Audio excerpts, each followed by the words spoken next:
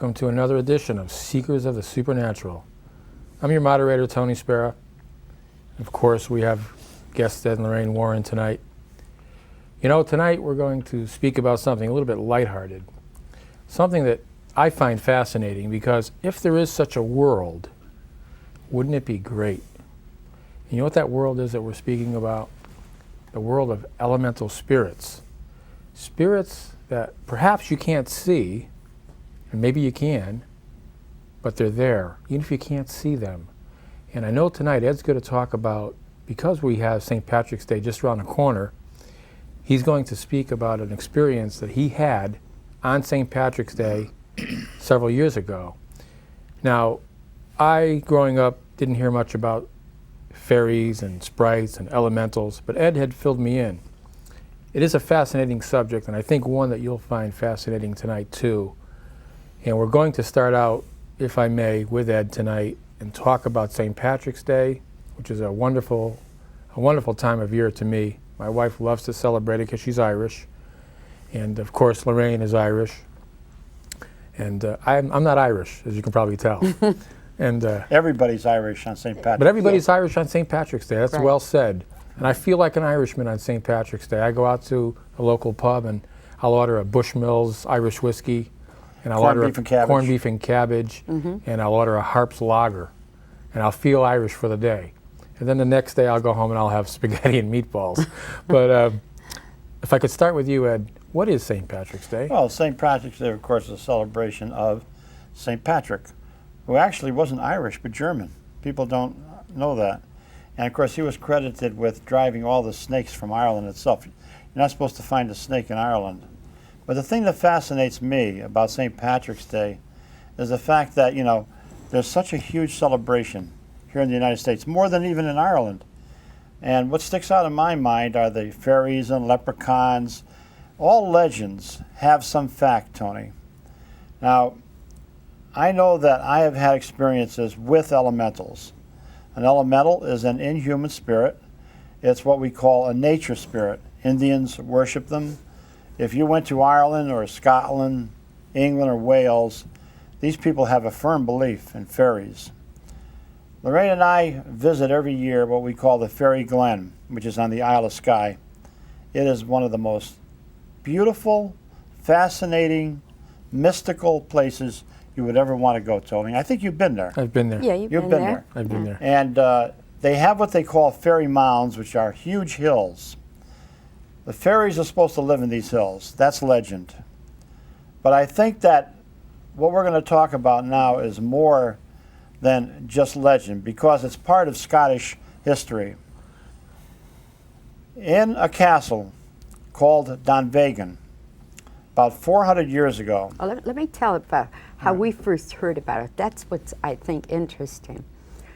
The book, The Demonologist, is there, Tony, along with the Leprechaun. And the book wasn't really ready to be, it was ready to be published, but it wasn't in book form then. And it was in 1980. And when we got to the Isle of Skye, Gerald Brittle, who wrote this book with us, said to us, "You've got to go to Donvegan Castle if you're going to be on the Isle of Skye." Which is on the northwest coast of Scotland. Right. Very wild place. "You've got to go there." He said, "That's where the fairy flag is." "Fairy flag?" I said. He said, "Yes." He said it was given to a lord by a fairy that he married. And they parted on this little stone bridge. So I thought, well, it'd be interesting to go there, interesting to see. And I remember saying to Ed, "Honey, they'll probably have booklets and like that that'll explain that to us." So we're winding around those remote areas of Skye. You know what it's like there. You go all through the moors, all through the moors, and all of a sudden, I said to Ed, "There's the ferry bridge." He said, "Ferry bridge?" We're out in an area, Tony, that's remote. I mean, the only thing around are some sheep, little lambs, a lot of moors, and a shepherd's hut. And Lorraine looks over and says, "There's the fairy bridge. It's a stone bridge. It looks like hundreds of other bridges." How did you know that was a fairy bridge? Probably psychically, Tony, or something told me that that was it. Something, I don't know. And you had said, no, that's just a bridge. No, he kept on going. No. I said, "Ed, please go back. That is the fairy bridge. I said, "Lorraine, it's a stone bridge. It's like many There's others." It's like nothing hundreds of special. other bridges around. What makes you think that's the fairy bridge?" But she was insistent. We went back. It was the fairy bridge. So I sat on the edge of the bank, on the side of it, looking under the bridge. And Tony, I began to hear this music. And that music was beautiful. It was mystical, very, very beautiful music. The only music there was the distant sound of the sheep. That's all I could hear besides the wind. And then I began to hear that sound like the din of battle. And that was like disturbing, and I remember feeling very apprehensive. And I closed my eyes, and I could see a man, a big man, and I could see a very small person, a woman. And the man that I could see, I could describe the tartan that he was wearing. Now, I didn't know that this is a Cameron. I didn't know them by names at that time. All I could describe was the colors of his tartan. I'd never been here. This is my first time on the Isle of Skye, this time when we're there. And I could tell there was a parting of ways. I could feel all of that and watch all of that. So we were there for quite a while, and there was a lot of photographs taken. Nothing psychic, no psychic photographs. You realize, Tony, that the psychic photographs, we weren't even seeing psychic photographs. But I think back we in have to go back, Lorraine, What? to the fairy bridge and what the true meaning of it is. All right, but I'm going to tell. Now, we're going to go to the castle. Now, that morning, when we left our B&B and we made a phone call home, we were told that we had to make contact with Gerald Brittle. Something about the book that we had to make contact that day. So we get to the castle, and when we get, I asked where the public phone is. They said the public phone was out of service, but they would see if they could give us or get permission for us to go into the living quarters and use their phone. So that came about, and I'll never forget it. It was like a great room. It was a beautiful, This is Donvegan Castle. and it was a very beautiful room, Tony. It had very high ceilings, and there was a portrait right over the fireplace of this man. And I said, "Who is that?" And they said that he was one of the lords of Donvegan, one of the MacLeods. All right. And there's the tartan, Tony, that he was wearing. And the name that I picked up as I was sitting on the edge of that bank that day was Flax. Now, Flax to me was like these little cherubs you see at Christmas with the flaxen color hair. That's the only way I could identify with that. And I said to them, "Do you know anything about what flaxen would be? Do you know what it would mean in connection with that fairy flag?" And they didn't. If they knew about it, they didn't. They really didn't know about it. Now, before Ed goes back into this whole background of it, when we arrived back in the States, our next lecture was at Norwich University in Vermont. It's a military school. And I told the story, just as I'm telling it to you right now. I told that story. And one of the officers raised his hand, and he had done a great deal of research and found that that flag that is now just remnants, Tony, was made of flaxen. That was the meaning. That's like your little key that you get that you are really in communication, Wow. aside from the seeing the tartan and everything regarding this. So that helped greatly. But now Ed can tell you the part that Lorraine didn't mention was the most important part, which is the bridge.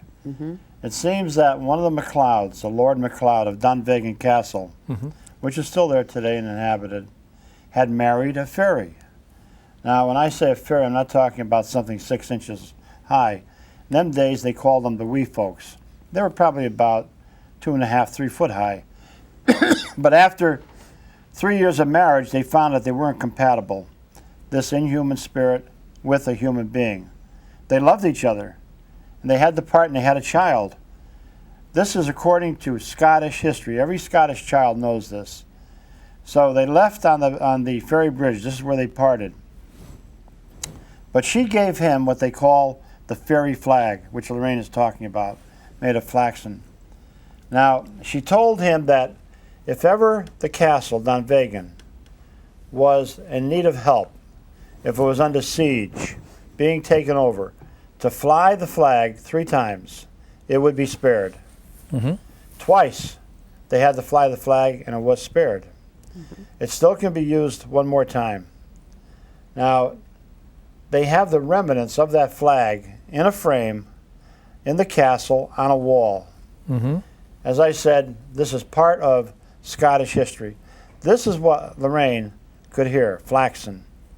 That was about the flag itself. Now, with Gerald, the reason Gerald brought this up, does give The you, author of the book, the author of the Demonologist, the co-author, I should say. the co-author was the Demonologist. When he first approached us, this was back in the 70s, when he approached us at a university where his wife was teaching. He said, I would like to do my thesis on your work in the United Kingdom. And we said, yes, he was welcome to join us. But then, Tony, about that same time, which was in the fall of the year, we were contacted by Prentice Hall, who wanted our biography. We laughed at that in the 70s, Tony. Our biography? You know, we felt we had a long way to go. And as you can see, we're still going. That's right. we had a long You way. guys are like the Energizer bunny, right? And so, anyway, they had the senior editor there, who was the editor of the Amityville Horror, is the one, Tam Mossman. He's the one who had contacted us. He's the one we met with in New York. He's the one that wanted to do this biography, and he was going to entitle it, My Name is Legion. And Ed said, Nah, no. do a better name than that. He said, I named it a long time The before. Demonologist, The Demonologist. which is this book here, ladies and gentlemen. Right. That is hard to get now. It's basically out of print. The hardcover version is out of print. But you can still find the softcover edition. This is the first really general populated book, I should say, given to the general population that was really distributed worldwide. And it's like a textbook on the supernatural. It's really a great book. You can still find the paperback, like I said, but this is out of print. So it's like the only copy I think you guys have, huh? Yeah, it is the The only last copy, right? It's the If I last. could just digress for 1 second, and just if we could get back for 1 second now to, you had an experience on St. Patrick's Day. Yes. And can you tell? It's really it's an interesting story. It's hard to believe, but I believe you. You know what I mean? Well, it's a story that I enjoy telling, but I don't think most people believe, because it's so profound to me. It was St. Patrick's Day, I would say 15 years ago, right? But in the 80s, sometime in the 80s. Yes. 15 years ago. Yes, it was in And the 80s, honey. as you know, St. Patrick's Day usually is a blustery, windy day. And we had to meet with a young priest who was helping us in many of our cases. And we're going to lunch that day. And as you can see, I like to go to lunch. So do I. But this day, Tony, I said to Lorraine, I woke up and I said, I'm not going to go with you and Father. I'm going to go up to Southwick Mountain. And you're passing up a lunch. Now let's make I'm that clear. passing up a lunch. You're passing That's up food. serious stuff. Yeah, to pass up That's food. very serious, You know. especially on St. Patrick's Day. Corned beef and cabbage. Well, I took this old car I have. I took a big parka with a hood, and I was going to go up to this mountain called Southwick, Granville. Many times coming Granville. back from lectures late at night, in the moonlight, I would see these outcroppings of rocks. I'm an amateur geologist, and I always thought someday I'm going to go up there with my trusty little hammer, and I'm going to see what I can find. This was the day I wanted to do it. I don't know why. I woke up and I wanted to do it. Mm-hmm. Now, Lorraine left, and I told her I'd be home probably around 5:30, 6 o'clock. And I started out. It took me about 2 hours to get there. It's not far from where you used to live, in fact. And I got up high on this mountain, and it's like going back into time. The houses there are like they were 200 years ago. Very few homes up there, in fact. So I parked the cart, and I started to go up to where these ledges of rock were. And I started chipping away, and I started to go deeper and deeper in. And there were just hills. And I had a pocket full of rocks then. And as usual, if I carry my eyeglasses with me, I lose them. I lost my eyeglasses. I couldn't even see what I was chipping at anymore. And I noticed that the snow is now starting to get heavier. So I had my park up. It was windy and cold. And I look around, and I don't know where I'm at. I'm lost. But I realized that if I go to the highest hill, I'll see the car. That's what I did. I went to the highest hill, I looked down, and there was my car. I got into the car. Snow was coming down heavy.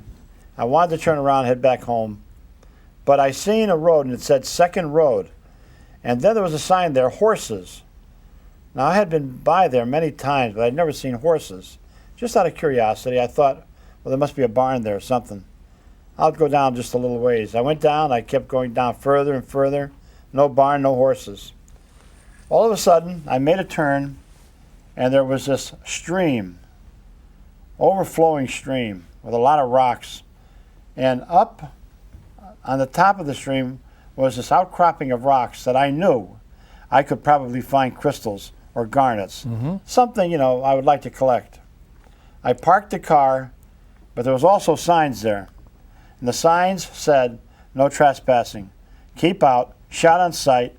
If we don't kill you the first time, we'll get you the second time. I immediately went up there. Yeah.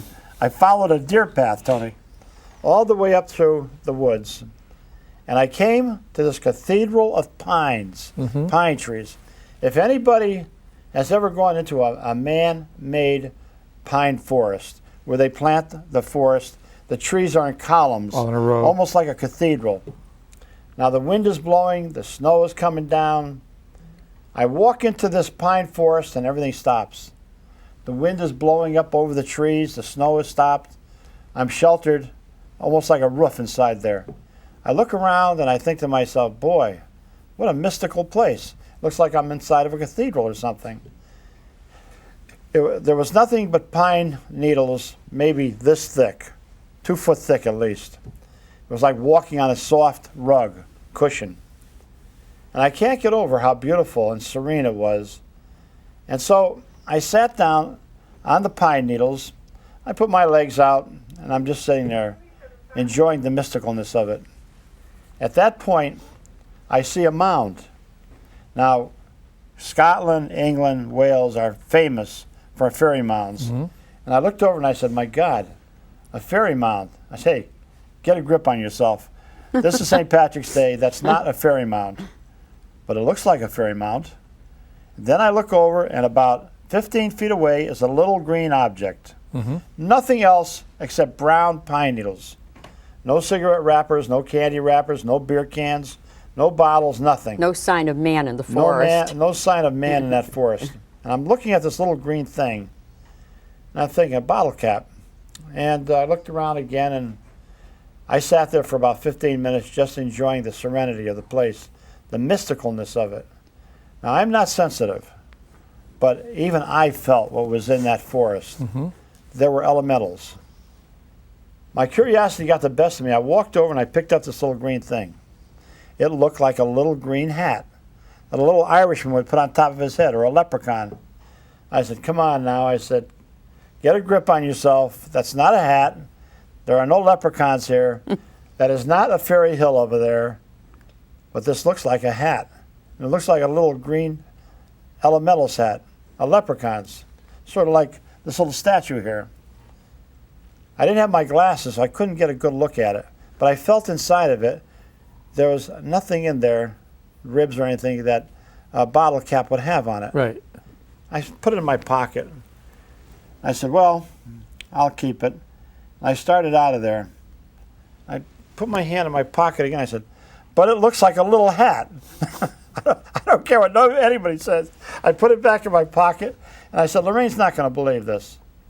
I said, when I get home and I show it to her, she's going to say, Ed, where did you buy that? Where did you get it? Right. I said, should I tell her, or should I just keep it? No, I'm going to tell her. I got home, I pull it out of my pocket. I said, look. She said, what is it? I said, it's a little hat. Well, here's the proof, ladies and gentlemen. You look at it. Now, why would I find this Wow. in a forest, no homes Looks like a around, little no hat. people around, Yeah, it looks like a little hat. and Does he?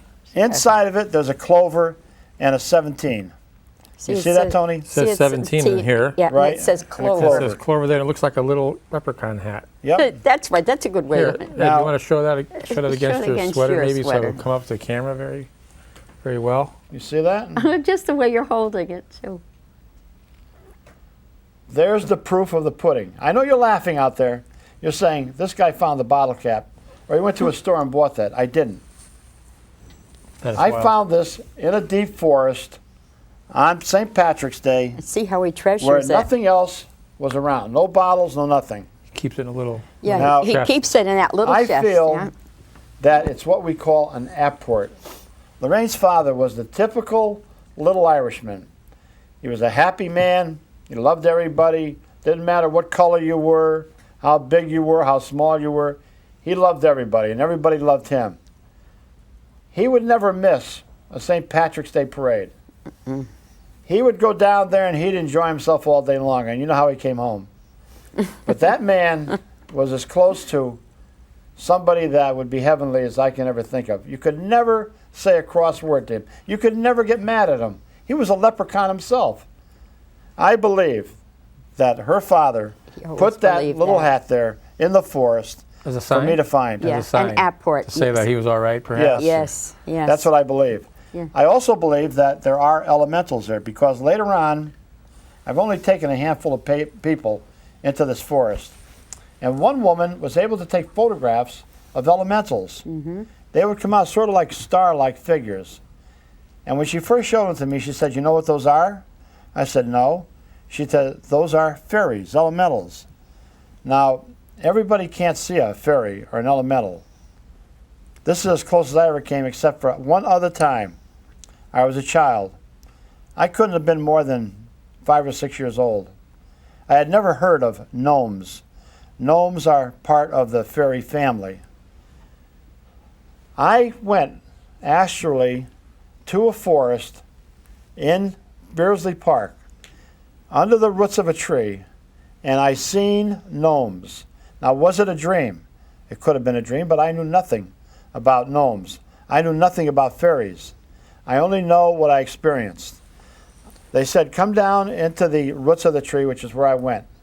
Elementals live in such places. The roots of the trees, fairies live in flower gardens. The Cottingley fairies, which are very famous in England, were actually photographed by 2 little girls, sisters, around 1916 or 17. These were photographed in their garden. A lot of people said they're fakes. The kids cut out some fairy pictures and they took pictures of them. Yeah, they did say Sir that. Arthur Conan Doyle, the originator, the writer, the man who had brought about many of the exciting stories of Sherlock Holmes, went to Cottingley. He investigated this phenomena of pictures. He said it was real. That was good enough for me. Lorraine and I went to Cottingley. Yeah, we went to Cottingley, England. As a Did you go there with us? sensitive, Lorraine picked up the fact that, yes, there were elementals there. how do you see an elemental? How do you see a fairy? Well, they say that if there are hummingbirds in your garden, you have fairies. You take beautiful music, you play it in a garden where there are hummingbirds. You play this music for maybe 2 weeks. If you believe firmly that fairies exist, they will show themselves to you. What have we got to lose? You ladies out there, you're the ones that really believe in fairies more than men do, because you have a greater imagination. You are more sensitive. Try it out. Let me know what happens. I think if you're really in touch. I say I'm glad that you believe in fairies and elementals, because I have some swampland in Florida I'd like you to buy from me. But seriously, Swampland in Florida. seriously, what were you saying, Lorraine?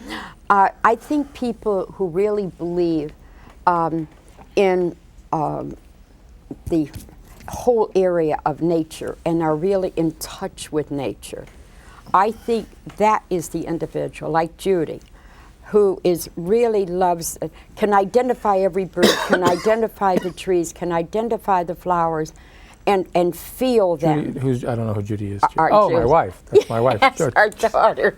That's right.